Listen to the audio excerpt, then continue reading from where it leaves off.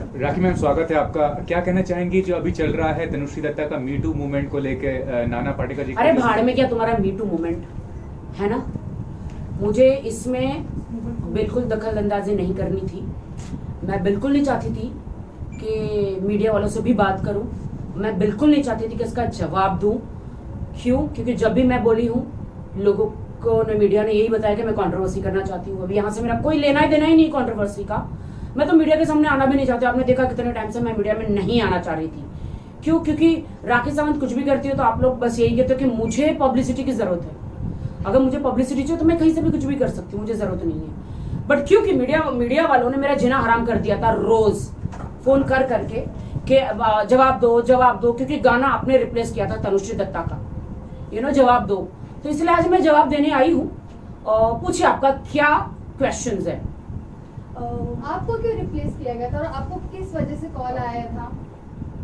Normally आपको पता चला कि तनुश्री उससे पहले थी गाने में, फिर वहां से चली गई। तनुश्री उस गाने में थी। गाने का कुछ सॉन्ग था, कुछ नथनी उतारो, नथनी उतारो, तो ऐसा कोई गाना था। पहले तो मैं घर में बैठी थी और रेस्ट कर रही थी शाम के टाइम पे, और सडनली मास्टर जी का कॉल आया मुझे, गणेश आचार्य जी का, कि राखी जल्दी आ, गाना करना है। मैंने कहा मास्टर जी गाना तो भेजो, गाना कैसा है? तो तुझे क्या करना है? मैं गाना कर रहा हूँ, तू आजा गाना कर।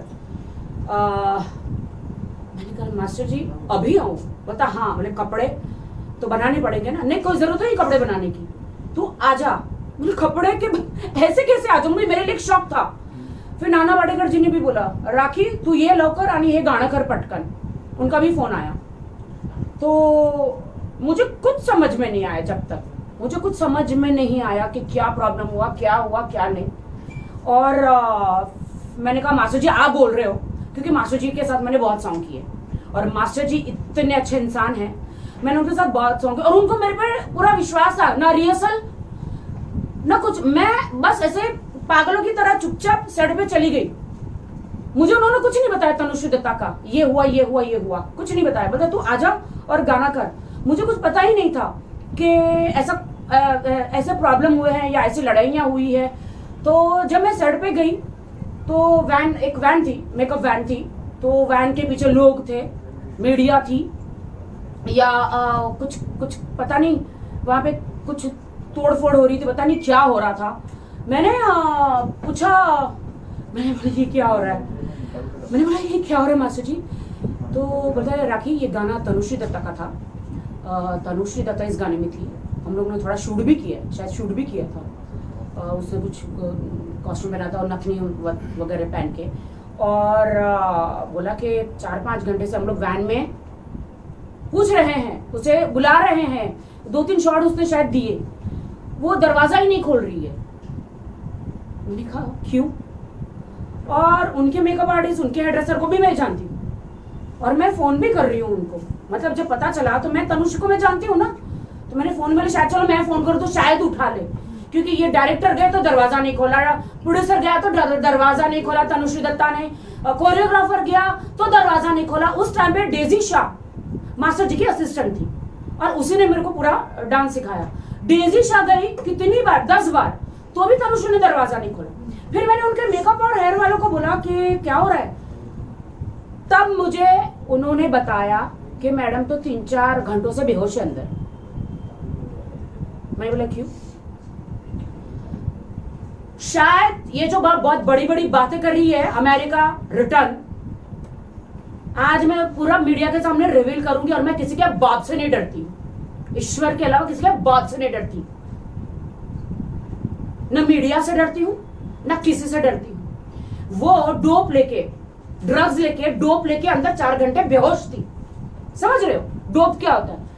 मेरे को तब उससे 10 साल पहले तो मुझे मालूम ही था क्या डोप लेके क्यों बेहोश है, क्या है। कोई आर्टिस्ट ऐसा क्यों करेगा कि डोप लेके बेहोश है अंदर और दरवाजा नहीं खोल रही है? ऐसा क्या हो गया? एक्सक्यूज में, आप उस तरफ जाइए, क्या हो गया है? और मैंने भी दरवाजा ठोका। मैं बोली क्या हो रहा, पता नहीं। फिर मुझे जिंदगी में एक आर्टिस्ट के साथ पहली बार ऐसा हुआ कि मुझे एक आध उसके कपड़े पहनने पड़े, और 2 जोड़ी में इमीडिएटली जब तक एक कपड़े पहन के मैं थोड़ा डांस करती तब तक मेरा कोई डिजाइनर, रेजा मेरा डिजाइनर था, ऑन द स्पॉट कैसे भी कपड़े को मैनेज करके वो ले आया सेट पे। और मुझे सिर्फ गणेश आचार्य जी ने, नाना पाटेकर जी ने इतना ही बोला, राखी ये कंट्रोवर्सी, ये सब लफड़े मत दे, अभी फिलहाल तुझे सिर्फ ये गाना करना है। गाना मैंने सुना, सच बोलूं मुझे गाना बिल्कुल नहीं पसंद आया, मैं सच बोलती हूँ, मुझे नहीं गाना अच्छा लगा। मुझे बोला यार इतना बड़ा सेट लगाया है, या तो ये आदमी फांसी ले लेगा, तेरे को उसकी जान बचानी है, प्रोड्यूसर की।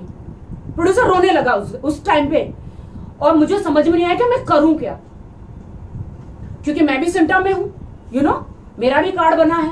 और एसोसिएशन का तो ऐसा था कि अगर ऑन सेट कोई काम कर रहा है तो आप उसका काम नहीं ले सकते हैं, यू नो, ऐसा था। अब मैं एसोसिएशन वालों के बारे में सोचूं, तनुश्री के बारे में सोचूं, या एक प्रोड्यूसर आत्महत्या करने जा रहा है, इतना बड़ा सेट लगा के नुकसान हो रहा है, मर रहा है, मैं वो सोचूं, मैं क्या सोचूं। फिर मैंने बोला मास्टर जी ठीक है, अगर आप कह रहे हो मास्टर जी तो नाना पाटेकर जी बिल्कुल।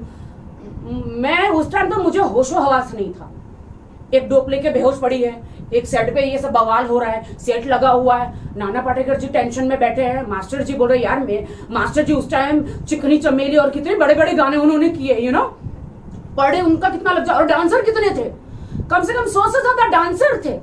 तो आप सोचो इतना बड़ा सेट लगाएगा, 100 से ज्यादा डांसर, एक प्रोड्यूसर का पैसा लगता है तो उसकी जान पे कितना आता है ना। तो मैंने उस टाइम उसको रिप्लेस किया, गाना किया। हाँ, उसके बाद उसने मेरे पे सू किया, तनुश्री दत्ता ने मेरे को लेटर भेजा, वो मेरा कुछ उखाड़ नहीं पाई, कुछ मैंने जाके बता दिया, प्रोड्यूसर ने लेटर दे दिया कि राखी ने तो हम लोग को बचाया है सेंटा में, यू नो, लेटर दे दिया, और बस इस तरह से मैंने उसको रिप्लेस किया। राखी जी, आपका बोलने का मतलब ये है कि ये पब्लिसिटी